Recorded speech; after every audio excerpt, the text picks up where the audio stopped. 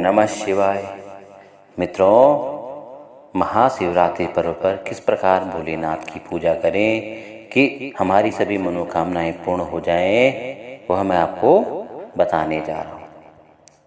सर्वप्रथम मंदिर में जाएं तो भोलेनाथ को नमस्कार करके जो मंत्र आपको भोलेनाथ का आता हो उस मंत्र के द्वारा भोलेनाथ का आह्वान करें। चाहे आपको ओम नमः शिवाय आता हो, त्र्यंबकम यजामहे सुगंधिम पुष्टिवर्धनम उर्वारुकम बंधनात् मृत्योर्मुक्षीयमामृतात्, यह मंत्र आता हो या अन्यत्र कोई भी मंत्र आपको आता हो तो सर्वप्रथम उस मंत्र से आप भोलेनाथ को प्रणाम करें, भोलेनाथ का आह्वान करें। फिर सर्वप्रथम भोलेनाथ को जल से अभिषेक करें, जल चढ़ाएं। जल किस प्रकार चढ़ाना चाहिए? शिव परिवार में सर्वप्रथम गणेश जी को जल चढ़ाया जाता है, उसके बाद पार्वती जी को जल चढ़ाया जाता है, फिर कार्तिकेय जी को जल चढ़ाया जाता है, फिर नंदीश्वर और अंत में भोलेनाथ को चढ़ाया जाता है। फिर दूध से जिस प्रकार आपने जल चढ़ाया है उसी प्रकार दूध चढ़ाना चाहिए। गणेश जी से प्रारंभ करते हुए अंत में भोलेनाथ को दूध चढ़ाना चाहिए। दूध के बाद दही, फिर घी, फिर शहद, फिर बूरा भोलेनाथ को चढ़ाना चाहिए। बूरा चढ़ाने के बाद पंचामृत से भोलेनाथ का अभिषेक करना चाहिए और पंचामृत के बाद पुनः गंगा जल मिश्रित जल से भोलेनाथ को फिर से साफ कर देना चाहिए। इसके बाद भोलेनाथ को वस्त्र चढ़ाएं, जनेऊ चढ़ाएं और वस्त्र जनेऊ के बाद भोलेनाथ को त्रिपुंड धारण करवाएं, भस्म से त्रिपुंड बनाएं, फिर चंदन लगाएं और चंदन के बाद अक्षत, काले तिल, इत्र और इसके बाद भोलेनाथ को फूल माला चढ़ाएं। फूल माला के अनंतर भांग, धतूरा और बेलपत्र भोलेनाथ को चढ़ाएं।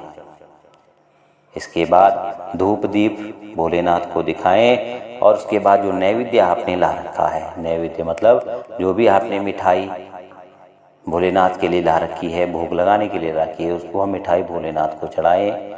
मिठाई के बाद फल और फल के अनंतर पान का बीड़ा भोलेनाथ को चढ़ाएं और अंत में भोलेनाथ की दक्षिणा स्वरूपी धन चढ़ाएं और फिर आरती करें।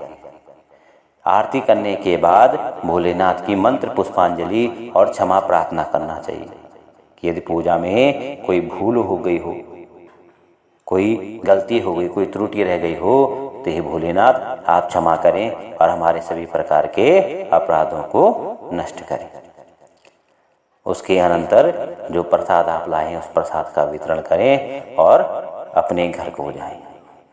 जिन भक्तों को रुद्राभिषेक करना हो वो इसी विधि के द्वारा पंचामृत के बाद भगवान शंकर की रुद्राष्टाध्यायी 8 अध्यायी रुद्री का पाठ करें और श्रृंगी से जल चढ़ाते हुए, जल गिराते हुए भोलेनाथ का अभिषेक करें। बाकी सारी प्रक्रिया पहले जैसे ही रहेगी।